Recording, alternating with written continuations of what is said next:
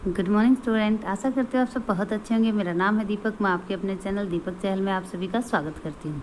आज हम class 7th का हिस्ट्री का चैप्टर 5th का थर्ड पार्ट लेकर आए हैं, जिसके अंदर हम बाकी की जितनी इमारतें हैं उनके बारे में पढ़ेंगे, बिल्डिंग्स के बारे में पढ़ेंगे, गार्डन्स, टॉम्ब एंड फोर्ट्स। उस टाइम जो गार्डन होते थे, टॉम्ब होते थे और जो फोर्ट होते थे उनको किस तरह से बनाया जाता था, इसमें यही बताया गया है। Under the Mughals architecture become more complex. Mughals के अंदर में आर्किटेक्चर और भी ज़्यादा जटिल होता चला गया।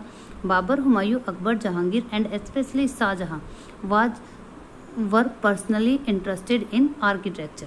बाबर, हुमायूं, अकबर, जहांगीर और स्पेशली जो शाहजहां थे वो पर्सनली इंटरेस्टेड थे इसके अंदर, आर्ट के अंदर, आर्किटेक्चर के अंदर। लिटरेचर, आर्ट एंड आर्किटेक्चर, साहित्य के अंदर, आर्ट के अंदर और आर्किटेक्चर के अंदर। इन हिज ऑटोबायोग्राफी, अपनी ऑटोबायोग्राफी के अंदर Babur describe his interest in planning and laying out formal garden. Babur ने इंटरेस्ट डिस्क्राइब किया था अपना कि उनका इंटरेस्ट किस चीज़ में है, प्लानिंग में और गार्डन की फॉर्मल लेआउट में है। Placing with in circular walls, जिसके चारों तरफ सर्कुलर वॉल होगी। Enclosure and divide into 4 quarters, जिसको वॉल से बंद किया जाएगा और उसको 4 क्वार्टर्स में बांट दिया जाएगा। किसके द्वारा? बाई आर्टिफिशियल कैनाल, जो आर्टिफिशियल नहरें होती हैं उनके द्वारा उसको 4 हिस्सों में बांट दिया जाएगा। These gardens were called Chahar बाग। इसको, इन गार्डन्स को चहार बाग कहा जाता था। ये चहार इसलिए है बच्चों क्योंकि अरबी में 4 को चहार बोला जाता है, ठीक है। 4 गार्डन्स, जिसको हम इंग्लिश में क्या बोलेंगे? 4 gardens, because of their symmetrical division into quarters. ये इसलिए था क्योंकि इसका कोणीय जो डिवीजन था वो क्वार्टर था। बिगिनिंग विद अकबर, इसकी शुरुआत अकबर ने की। Some of the most beautiful चहार बाग, जो बहुत ब्यूटीफुल चहार बाग हैं, were constructed by Jahangir and Shahjahan in Kashmir, Agra and Delhi. वो किसके द्वारा बनाए गए? जहांगीर और शाहजहां के द्वारा बनाए गए, कश्मीर के अंदर, आगरा के अंदर और दिल्ली के अंदर। There were several important architecture innovations during Akbar's region. Akbar के टाइम में बहुत सारी आर्किटेक्चर इनोवेशंस हुई। For inspiration Akbar's architecture turn to the tomb of the central Asian and centre Timur. Akbar का जो आर्किटेक्चर है वो किससे प्रेरित है? उनके सेंट्रल एशिया के अपने एक पूर्वज जिसका नाम तिमूर है उसकी टॉम्ब से इंस्पायर्ड है, ठीक है। द सेंट्रल टावरिंग डोम, जो बीच का सेंट्रल का टावर का डोम होता है, जो गुंबद होता है। गुंबद का मतलब क्या होता है बच्चों? इस तरह की जो यहाँ पर आपको दिखाई दे रहा होगा, देखो यहाँ पर जो ये दिखाई दे रहा है इसको हम क्या बोलते हैं? टावरिंग डोम बोलते हैं, ठीक है।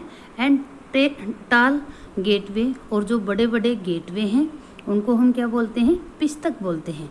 Become important aspect of Mughal architecture, वो एक इम्पोर्टेंट एस्पेक्ट बन गए मुगल्स के आर्किटेक्चर के अंदर। First visible in Humayun's tomb, और सबसे पहले इनको कहाँ पर देखा गया? हुमायूं की टॉम्ब के अंदर देखा गया। The tomb was placed in the centre of the huge formal chahar bagh, और जो ये टॉम्ब थी वो कहाँ पर प्लेस थी? एक बहुत बड़े चहार बाग के अंदर थी या फिर 4 बाग के अंदर थी। And built in the traditional known as 8 paradise. इसको क्या बोला जाता था? 8 पैराडाइज बोला जाता था। पैराडाइज का मतलब होता है बच्चों स्वर्ग, ठीक है। इसका जो ट्रेडिशनल बिल्ट का तरीका था उसको 8 पैराडाइज बोला जाता था, मतलब 8 स्वर्ग, ठीक है। इसको हस्त बिहिस्त भी बोला जाता था। ये जो परंपरा थी इसको हस्त बिहिस्त भी बोला जाता था। ए सेंट्रल हॉल, जिसके अंदर एक सेंट्रल हॉल होता था। सराउंडेड बाय 8 रूम्स, उसके चारों तरफ 8 रूम होते थे। The building was constructed with red stone aged with white marble. जो बिल्डिंग थी वो सैंडस्टोन से बनी हुई थी, लेकिन उसके एजेस जो थे, उसके जो किनारे थे वो वाइट मार्बल से बने हुए थे। It was during Shah Jahan reign that the different elements of the Mughal architecture were fused together in a grand harmonious synthesis. ये जहांगीर के टाइम में हुआ कि अलग अलग तरह के एलिमेंट किस तरह से आर्किटेक्चर में एक साथ आने लगे, हार्मनी के साथ उनको इकट्ठा किया जाने लगा, ठीक है, और उसमें एक सद्भावनापूर्ण चीज़ों को का संश्लेषण किया गया। संलय का मतलब होता है, साइंथेसिस का मतलब होता है बच्चों मिलाना या फिर संश्लेषण करना। संश्लेषण होता है ना, दो चीज़ों को मिला देना, हार्मोनियस संश्लेषण दिखाया गया है। हिज राइम, उसके राइम के time, witness the huge amount of construction actively specially in Agra and Delhi. उनके टाइम में हम विटनेस हैं इन चीज़ों के कि बहुत बड़ी जो कंस्ट्रक्शन हुई थी आगरा और दिल्ली के अंदर। The ceremonies hall of public and private audience, उन्होंने एक सेरेमनी हॉल बनवाया पब्लिक और प्राइवेट ऑडियंस के लिए, जिसको क्या कहा गया, दीवाने खास ए आम, या फिर दीवाने खास का मतलब जो ऐसे लोगों के लिए हो जो खास हो, मतलब उसके जो मिनिस्टर वगैरह थे उनके लिए, और आम का मतलब आम जनता के लिए। वर केयरफुली प्लान, उनको केयरफुली प्लान किया गया, उनको अच्छे से तैयार किया गया उसका खाका। Placed within a large court courtyard, these court were also describe the, इनको क्या कहा जाता था बेटा, चिहिल सुतून बोला जाता था, ठीक है। चिहिल सुतून का मतलब क्या होता है, 40 पिलर्स हॉल, इसके अंदर 40 पिलर होते थे, इसलिए इसको चिहिर सुतून भी बोला जाता था, ठीक है। जो अरबी में चिहिर सुतून होता है उसका हिंदी में मतलब होता है 40 स्तंभों वाली जगह, ठीक है। Shahjahan audience hall were specially constructed to resemble a mosque, जो शाहजहां का सभा भवन था वो विशेष रूप से मस्जिद से मिलता जुलता बनाया गया था, ठीक है।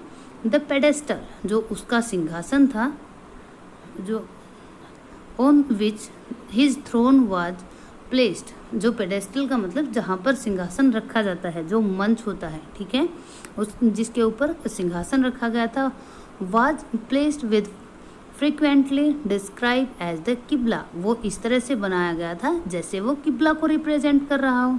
The direction face by Muslim at prayer, वो डायरेक्शन होती है जहाँ जिसको मुस्लिम फेस करते हैं जब वो प्रेयर करते हैं। Since somebody face that direction when court was in session, इसका मतलब ये था कि अगर कोई भी पर्सन असेंबली के टाइम उसको सेशन के टाइम उसको कोर्ट के अंदर होता है तो उसका फेस कहाँ किस तरफ होगा, किबला की साइड होगा। The idea of the king as representative of God on earth was suggested by these architectural feature, ये जो आर्किटेक्चरल फीचर थे इनके द्वारा दिखाया जा रहा था कि जो किंग था वो एक रिप्रेजेंटेटिव है गॉड का अर्थ के ऊपर, ठीक है। The connection between royal justice and the imperial court was emphasized by Shahjahan in his, ये सब चीज़ें शाहजहां के द्वारा दिखाई गई in his newly constructed court in the Red Fort in Delhi, जो रेड फोर्ट उन्होंने दिल्ली के अंदर एस्टेब्लिश किया था उसके अंदर भी ये चीज़ें दिखाई दी हमें बहुत जो ये चीज़ें थी इन चीज़ों को दिल्ली के रेड फोर्ट में भी इम्प्लीमेंट किया गया। बिहाइंड द एम्परर्स थ्रोन, जो एम्परर का थ्रोन था उसके पीछे क्या किया गया, वर अ सीरीज ऑफ पेट्राड्यूरा, वहाँ पर पेट्राड्यूरा की एक बहुत बड़ी सीरीज बनाई गई थी। इन लेज, जिसके अंदर दिखाया गया था that depicted the legendary Greek god Orpheus playing the lute, जिसके ऊपर ऑर्फस जो है, ऑर्फस कौन है बच्चों, एक ग्रीक बहुत बड़ा देवता है, वो क्या कर रहा है, ल्यूट को बजा रहा है, अपनी वीणा को बजा रहा है।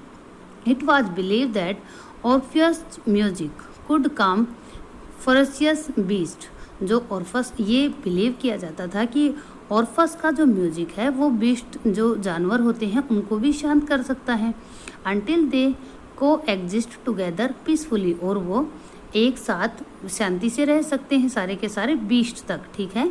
तो आदमियों को तो शांति देगा ही वो, ये रिप्रेजेंट किया गया है कि यहाँ पर जो चीज़ दिखाई गई है बच्चों, जस्टिस दिखाया गया है और पीसफुल को दिखाया गया है। The construction of Shahjahan's audience hall aimed the communication that the king's justice would treat the high इसके अंदर ये दिखाया गया है कि जो शाहजहाँ का जो ऑडियंस हॉल था उसमें का मेन मोटिव ये था कि उसमें किंग की जस्टिस को सबसे ऊंचाई पर दिखाया गया है, सबसे हाईली प्लेस किया गया है, and the low as equal created a world, और जो नीचे हैं वो बिल्कुल इक्वल हैं, उनके अंदर किसी तरह से कोई भेदभाव नहीं किया जाएगा, वो सब एक जैसे हैं। Where all could live together in harmony, और जहाँ पर सारे के सारे किस तरह रह सकते हैं, हार्मनी के साथ रह सकते हैं, समन्वय के साथ रह सकते हैं, तालमेल के साथ रह सकते हैं। In the early year of his reign, अपने शासनकाल के शुरुआती दिनों में Shahjahan's capital was at Agra, Shahjahan की कैपिटल जो थी वो क्या थी, आगरा थी। A city where the nobles had constructed their home on the bank of river Yamuna, एक ऐसा सिटी जहाँ पर जो नोबल थे वो यमुना नदी के किनारे पर अपने घर बनाते थे। These were set in the midst of formal garden constructed in the चार बाग फॉर्मेट, और इन ये जो अपने हाउस बनाते थे उसमें वही फॉर्मेशन लागू करते थे जो चार बाग जो होता है उसके अंदर यूज की जाती है। The char bagh garden also had a variation that historically describe as the river front garden, जो चार बाग होते हैं उनमें भी हिस्टोरिकल डिफाइन करते हैं कि वहाँ पर भी वेरिएशन होती हैं। उनमें से कुछ ऐसे फॉरेस्ट गार्डन होते हैं जो रिवर फ्रंट पे होते हैं। In this the dwelling was not located in the middle, इसके अंदर जो ड्वेलिंग होती है वो मिडल में स्थापित नहीं होती, ऑफ द चार बाग के मिडल में नहीं होती, बट एट इट्स एज, लेकिन इसके किनारे पर होती है, close to the bank of river, जो रिवर के बैंक के बिल्कुल क्लोज होती है। Shahjahan adapted the river front garden in the layout of Taj Mahal, Shahjahan ने ये जो रिवर फ्रंट गार्डन होता है ये कहाँ पर इम्प्लीमेंट किया, ताजमहल के अंदर इम्प्लीमेंट किया। The grandest architectural accumulation of his reign, जो उसके टाइम का सबसे बड़ा आर्किटेक्चर अकॉम्प्लिशमेंट था ताजमहल, उसके अंदर उन्होंने जो रिवर फ्रंट होते चार बाग होते हैं उसको इम्प्लीमेंट किया। Here the white marble mausoleum was place on the track by the edge of the river and the garden was in its south, इसके अंदर एक वाइट मार्बल का बहुत बड़ा मोन्यूमेंट्स बनाया गया है रिवर के एज के ऊपर, और इसके साउथ में क्या है, गार्डन है। शाहजहां जो थे वो क्या थे बेटा, develop the architectural from and as a meaning of control the access that nobles had to the river, उसके अंदर डेवलप किया गया था। शाहजहां ने ये जो आर्किटेक्चरल फॉर्म थी ये किस लिए एस्टेब्लिश की थी, ताकि नोबल्स को की एक्सेस से दूर रखा जा सके रिवर को। In the new city of Shahjahanabad, उन्होंने नई सिटी बनाई, इसके लिए उन्होंने क्या किया, एक नई सिटी का निर्माण किया जिसको शाहजहानाबाद कहा जाता है। That he constructed in Delhi, जो उन्होंने दिल्ली के अंदर बनाई। द इम्पीरियल पैलेस, जो इम्पीरियल पैलेस था, कमांडेड द रिवर फ्रंट, उसका फ्रंट रिवर की तरफ था। Only the special favoured noble, जो उनके बिल्कुल फेवरेट नोबल्स होते थे, like his eldest son Dara Shikoh, जैसे कि उनका सबसे बड़ा बेटा Dara Shikoh, were given access to the river, उन्हीं को एक्सेस दी गई थी रिवर की। All other had to construct their home in the city away from the river Yamuna, बाकी सबको उस यमुना नदी से दूर अपने घर बनाने होते थे। कहाँ पर, सिटी के अंदर। सिटी कौन सी, शाहजहानाबाद, ठीक है। रीजन एंड एम्पायर, इसमें हम पढ़ेंगे बच्चों कि किस तरह से जो रीजन थे और साम्राज्य थे वो एक दूसरे को इफ़ेक्ट करते थे, एक दूसरे पर उनकी बहुत सारी चीज़ों के हम देखते हैं कि किस तरह से प्रभाव देखने को मिलता है, उनसे इंस्पिरेशन मिलती है। As construction activities increase between the 8th and 18th century, there are also the considerable sharing of idea across region, क्योंकि ये सारी कंस्ट्रक्शन जो हो रहा था ये 8 से 18th सेंचुरी के बीच में हो रहा था, इसलिए बहुत तरह की शेयरिंग भी हो रही थी बड़े बड़े रीजन के बीच में। अक्रॉस द रीजन का मतलब बहुत रीजन के अंदर बहुत तरह के एक्सचेंज हो रही थी चीज़ों की। The tradition of one region are adopted by another, एक जगह के ट्रेडिशन दूसरी जगह में अडोप्ट किए जा रहे थे। इन विजयनगरा, अगर आप विजयनगरा की बात करो, फॉर एग्जाम्पल के लिए the elephant stable of the ruler were, जो एलिफेंट स्टेबल होती है, जो वहाँ की वास्तुकला होती है, जिसे हम गजशाला बोला जाता है, जहाँ पर हाथियों को रखा जाता है, वहाँ के किस तरह से बनाई जाती थी, आगे हम देखते हैं बच्चों। सॉरी, इसमें हाँ नीचे था, ठीक है, यहाँ से देखते हैं। Strongly influenced by the style of architecture found in the adjacent sultans of Bijapur and Golconda, वो किस स्टाइल से इंस्पायर्ड थे, इन्फ्लुएंस थे, जो सुल्तान ऑफ बीजापुर और गोलकुंडा में जिस तरह के आर्किटेक्चर बना रखे थे, उसी तरह के आर्किटेक्चर विजयनगर राजाओं की गजशालाओं में बनाए गए थे। गजशालाओं का मतलब जहाँ पर हाथियों को रखा जाता है, ठीक है। इन वृंदावन के अंदर अगर हम देखें, नियर मथुरा के पास जो है, temples were constructed in architecture style that were very similar to the Mughal palace of Fatehpur Sikri. जो वृंदावन के अंदर, मथुरा के अंदर जो टेम्पल्स हैं, वो इस स्टाइल से बनाए गए हैं कि वो बहुत ज़्यादा इन्फ्लुएंस सिमिलर दिखाई देते हैं जो मुगल पैलेस हैं फतेहपुर सिकरी के अंदर उनके, ठीक है। The creation of the large empire that brought different region under their rule helped in the cross fertilization and artificial form and architecture style। इसके अंदर क्या है बच्चों कि किस तरह से ये जो अलग अलग चीज़ें होती थी, जो बड़े बड़े साम्राज्य होते थे, उनके अंदर अलग अलग तरह का शासन होता था, वो किस तरह से एक दूसरे के अंदर सम्मिश्रित था, एक दूसरे की किस तरह से मदद करता था, ठीक है। Mughal rulers were particularly skilled in adapting regional. Mughal ruler जो थे वो पर्टिकुलरली बहुत स्किल थे, क्योंकि वो बहुत जल्दी अडेप्ट कर लेते थे जो रीजनल चीज़ें होती थी। रीजनल मतलब अक्षेत्रीय। अगर बहुत बड़े क्षेत्र पर मुगल राज करते थे, उन्होंने जहाँ पर भी वो राज करते थे, उसके पर्टिकुलर एरिया में जो स्पेशलिटी थी, वहाँ की इमारतों में उसी तरह की चीज़ों को वो अडेप्ट कर लेते थे, ठीक है। अडेप्ट का मतलब उसी तरह से चीज़ों को बनाने लग जाते थे, ठीक है। आर्किटेक्चरल स्टाइल, जो आर्किटेक्चरल स्टाइल था रीजनल, उसको बहुत जल्दी अडेप्ट कर लेते थे in construction of their phone building, अपनी जब बिल्डिंग बनाते थे उसके अंदर। इन बंगाल के अंदर फॉर एग्जाम्पल अगर हम देखते हैं, एग्जाम्पल के लिए the local rulers had developed the roof that was designed to resemble the thatched hut। जो बंगाल के अंदर हम देखते हैं बच्चों, वहाँ पर क्या होती है, बंगाल के स्थानीय शासकों ने छप्पर की झोपड़ी के समान दिखने वाली छतों का निर्माण किया गया था, जिसको हम अगर हिंदी जब मुगल के अंदर उसको देखें तो वो क्या बोला जाता है, बंगला डोम बोला जाता है। बंगला डोम का मतलब बंगले के का गुबंद, डोम का मैं पहले ही मीनिंग बता चुकी हूँ आपको, गुबंद होता है बच्चों। So much that they had in it their architecture, यही वो अपने आर्किटेक्चर में जब यूज करते थे तो बंगला डोम के नाम से किया जाता था। और जो मुगल वहाँ के रहने वाले थे, बंगाली थे, वो इसको हैचेज हट के नाम से बनाते थे, ठीक है। तो उन्हीं चीज़ों को दूसरे नाम से अडेप्ट कर लिया जाता था। The impact of their region was also evident, उनके रीजन्स भी उनका असर, उनका इम्पैक्ट रीजन्स के ऊपर भी बनता था। जो रीजनल होते थे वो भी उनकी बिल्डिंग से इंस्पायर होते थे और उस तरह की चीज़ें बना लेते थे।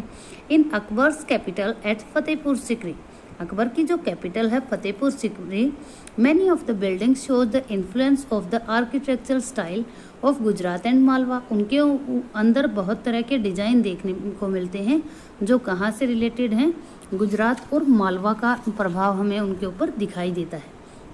Even though the authority of Mughal ruler want in the 18th century, हालांकि जो 18th सेंचुरी थी वहाँ तक आते आते मुगल शासक की सत्ता खत्म हो गई थी, होने लगी थी, मतलब कम होने लगी थी। The architectural style developed under their patrons were constantly used and adapt by other rulers whenever they tried to establish their own kingdom।